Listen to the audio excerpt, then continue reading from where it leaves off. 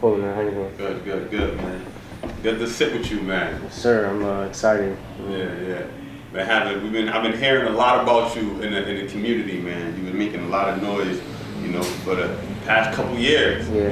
Neph. Every time you turn around, everybody been talking about Neph. So I want you to give people a background, man. A background of where you come from, who you are. Well, Neph that's my real name, so I just decided to go by myself. You know what I mean? Like be genuine as an artist. So that's my father's name, and I'm from New Bern, Connecticut. You know what I mean? There's not a lot of groundbreaking things that go on out here. You know what I mean? So me making music and everybody liking it and really rocking with me really pushed me to take where we're from and kind of push it to another level. So to show where we live and high quality visuals and stuff like that, you know what I mean? And people really aren't doing that now in this day and age because more people are making music. But yeah, man, just grew up out here my whole life, Puerto Rican, and when I started rapping, I honestly, my first things that I recorded on was a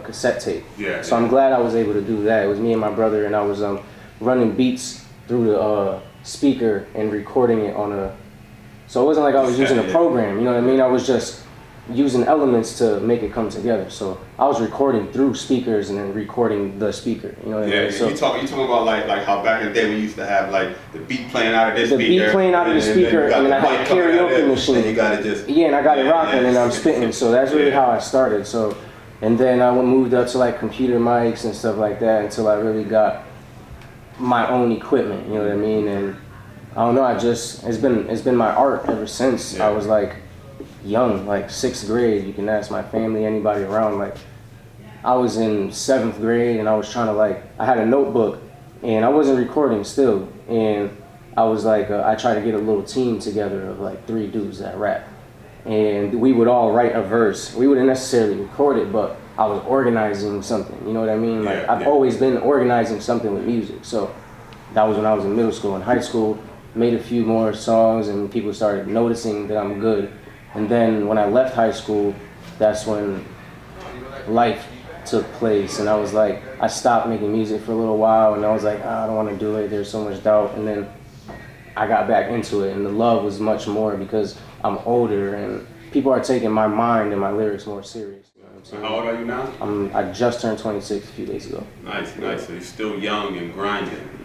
Yeah. So I've been at this for like 10 years, you know what I mean? But now it's like it's to make it to the next level. You know what I mean? Okay. Yeah. So tell us a little bit about your first completed project, like when you first completed your first project. What is it, 182? Yeah, the 182. That's when I moved back from DC. I went to DC and I went to school for graphic design at the Art Institute. And I met a lot of dope people out there, and even being out there, it changed my perception on music because out here, people didn't really like the Drake when he came out and the Lil Wayne, what he was doing with the game, the older hip hop scene. So I was messing with that. Then when I went to DC, it changed my perspective. And then when I moved back, I dropped 182. And 182 is where my entire family lived. Like it was like a 6-family apartment, and there was a house behind it. And that's, my whole family lived there. My grandmother, the address is 182. Nice. So my whole family says it. You know what I mean? Me and my brother got it tatted, but it's just meaning. You know what I mean? Gotcha. So I dropped that, and that was like my first time really moving from the real underground hip hop sound. So I was trying auto tune and stuff like that. I've always done it, but I felt comfortable to turn over a new leaf in music. You know what I mean? So when I dropped that, I got a lot of good feedback, and I was like, nah, this isn't, I know I was onto something, but it wasn't there yet. And now it's when I dropped this project, Positive Living Always Trapping. So my team, we go by Plat only, and basically it's just the culture, like Positive Living Always Trapping, like the trap music, but there's not a lot of positivity in the music, you know what I mean? So you'll hear trap and you'll hear about a bunch of ignorance, you know what I'm saying? So I'm trying to use the beats and the vibes and really kind of tell a story of obviously the urban areas and stuff and prospering and all kind of stuff, but using those beats and that vibe and combining it with what I like to hear, you know what I'm saying, and what people would like to hear, you know what I'm saying. So now I'm using my brain with reactions of consumers. You're consciously aware of the music you're making. I'm not just like putting words together anymore, you know what I mean? Yep. So I'm really trying to elevate differently from a lot of people that rap. You know Listen, that's beautiful. That's beautiful. I was just listening to the track. What is it? Diamonds. Diamonds. Yeah. Diamonds. Yeah, that's a hot track. I made that beat too, so you did? That's the one that I'm trying to push. That has like the most plays on the mixtape so far. You know what I mean? So that's a dope track. When you was creating that song right there, what was going through your mind? Like, well, when I had a song that I did with somebody before, and I said a line, and the song was called Pressure. And I decided to make a song because pressure makes diamonds, you know what I mean? So we're a diamond, like let's say you have your talents, I have my talents. We're here, and it's not really groundbreaking. Like, we're diamonds in the rough, you know what I mean? And what makes diamonds? Pressure, the pressure around us, you know what I mean? So that's kind of why I made that song. She wants diamonds, like not just like everybody wants success. Yeah, like in the song I reference I want the diamond that's stuck in the chain. She wants the diamond that's stuck in the rain. I'm like the diamond that's stuck in the chain. She it's like the diamond that's stuck in the rain. Kick with bro, never gon' change. If you listen to the song, I'm sure you'll have listeners. I played it like 5-6 times already, but a couple more times I definitely it's a great piece of art. The Plat, that's the name of your your brand and your team. Where and how did you meet the team that you work with now? Because I know I think I seen Swift Mind Records. Swift Mind tell us a little bit about that. Swift Mind is my management. Okay. For they're the guys that deal with all the headaches. You know what I mean? And let's say they're a faceless team. You know what I mean? Yeah. So they want to remain faceless, and all the moves we're making and stuff. It's all a group. So let's say the Plat and my 182 and then the Swift Minds, it all combines, and we all have our own networking system. You know what I mean? And they have their own people that we make our stuff mutual. So people they know, people I know, people he knows, and we all make it mutual. So it works as like a trifecta. You know what I mean? So basically, Swift Minds is like my management team.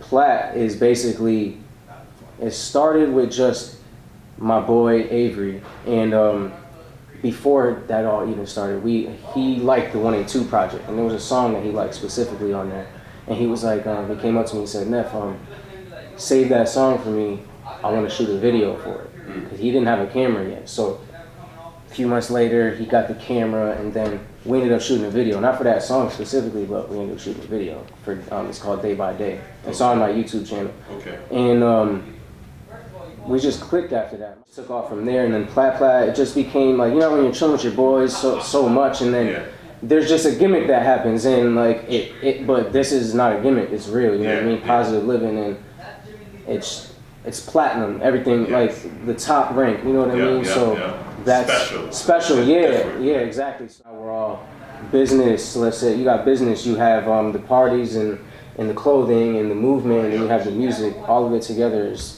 the element, you know what I mean? That's what you need.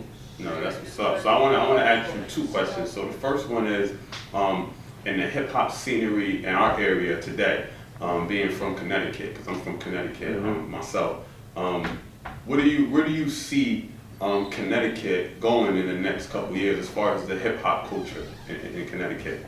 I think it's growing, because I see more people like really trying to be professional with their videos and quality of their music and investing in themselves. But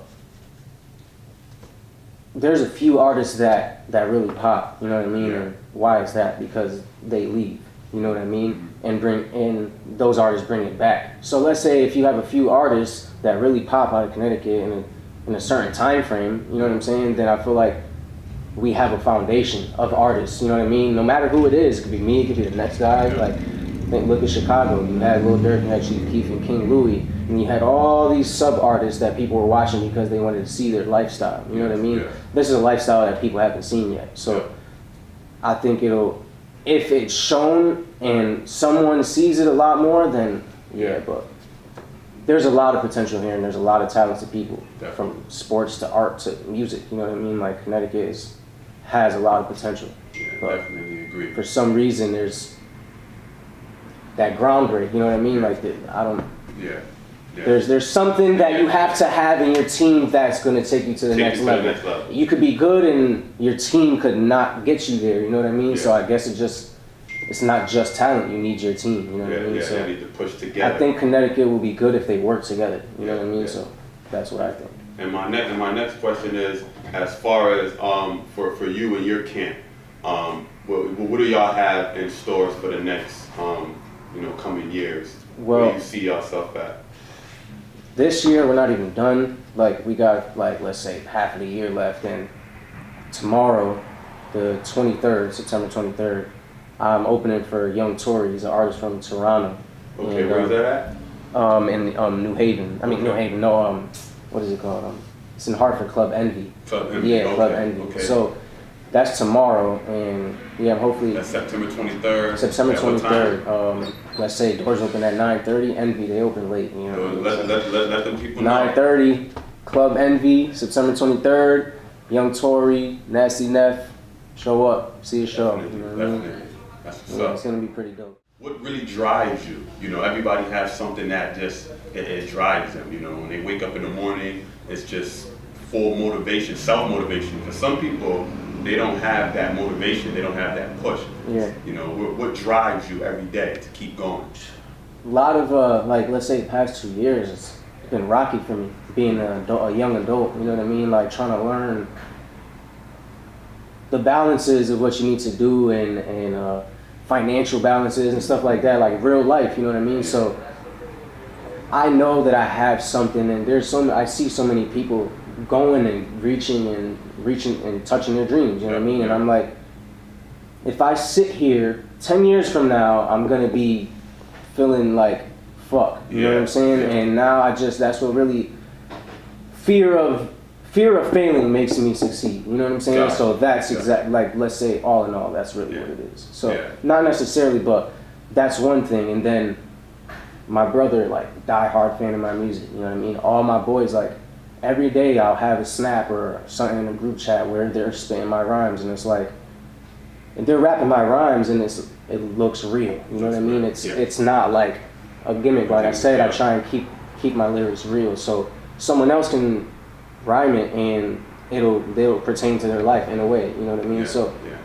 it just keeps pushing me, and the feedback that I get, everything. You know what I mean?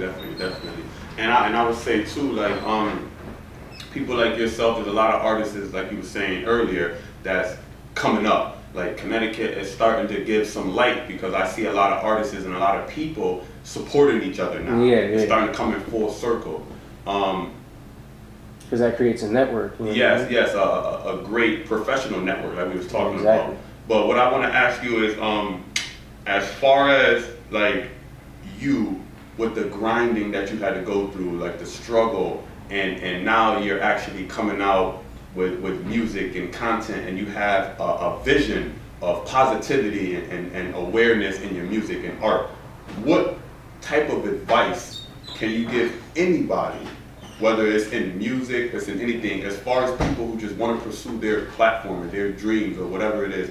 What type of advice you think that you can give them from your experiences? I just think if you feel deeply in your heart that if you're doing something that affects others and is true to yourself, no matter what it is, obviously something positive, then there's always going to be someone saying, no, that's too hard to do, or I don't know if you can do that. Just don't listen to people. Really, you got to be stubborn with yourself. You know what I mean? I make music and people tell me, I don't like when you did this, and I'm like that. I'm stubborn. You know what I mean?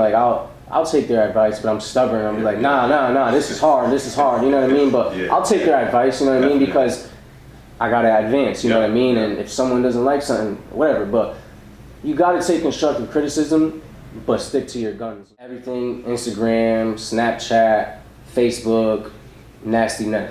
Nasty Neph all the way around. NASTYNEPH. Nasty Neph. And that's everything. That's everything. Twitter, Facebook, it's all the same. Everything is the same. Yeah. Good. That's how you brand yourself, man. A lot of people switch up the names, and sometimes people don't get confused. But Nasty Neph everywhere. Yes, sir. What's up, man? Hey, listen, man. I appreciate you. definitely listen. Good conversation, bro. Yeah, absolutely, man. Like just got my brain rolling. Yeah, keep it going. You know, yeah. Keep it going. Keep the energy, man. Keep the positivity. You know, I see it coming full circle. Yeah. And you know, like I said, you know, you keep pushing. I like how you took the art of the trap music and you put it in a positive message, because people love the beats, they love the bop, you know. But then when I played that song Diamond, you know, when I first turned it on, I was like, oh, this, and I started listening. I'm like, okay, it's not that bad. It's not the music. Content, you know. Yeah, this is you music. play with your kids in the car, you know what I mean? Like it's not like. Moving in silence, yeah. Smoking a package arriving, sleep through the light, yeah. You ain't the type you be typing on autopilot, yeah. That would be they know on the highest, on the brightest, yeah. Stuck in the rough, your little bitch, I'm a diamond. Hey, yeah, she just want diamonds, yeah. Hey, yeah, my future got diamonds, yeah. Hey, yeah, in the rough, I'm a diamond, yeah. Look, they said I'm ready for fame, gotta distance myself, I can't stick to you lames, yeah.